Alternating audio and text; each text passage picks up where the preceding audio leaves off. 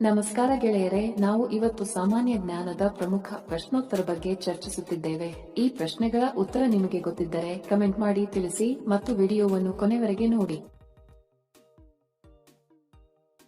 ಪ್ರಶ್ನೆ: ವಿಶ್ವದಲ್ಲಿ ಅತಿ ಹೆಚ್ಚು ಜನಸಂಖ್ಯೆ ಹೊಂದಿರುವ ನಗರ ಯಾವುದು?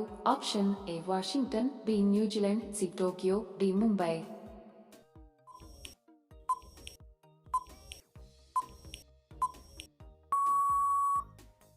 ಸರಿ ಉತ್ತರ ಆಪ್ಷನ್ ಸಿ ಟೋಕಿಯೋ. ಪ್ರಶ್ನೆ: ಭಾರತದ ಯಾವ ರಾಜ್ಯದಲ್ಲಿ ಹೆಚ್ಚು ದೇವಾಲಯಗಳಿವೆ? Option A Rajasthan, B Kerala, C Tamil Nadu, D Karnataka.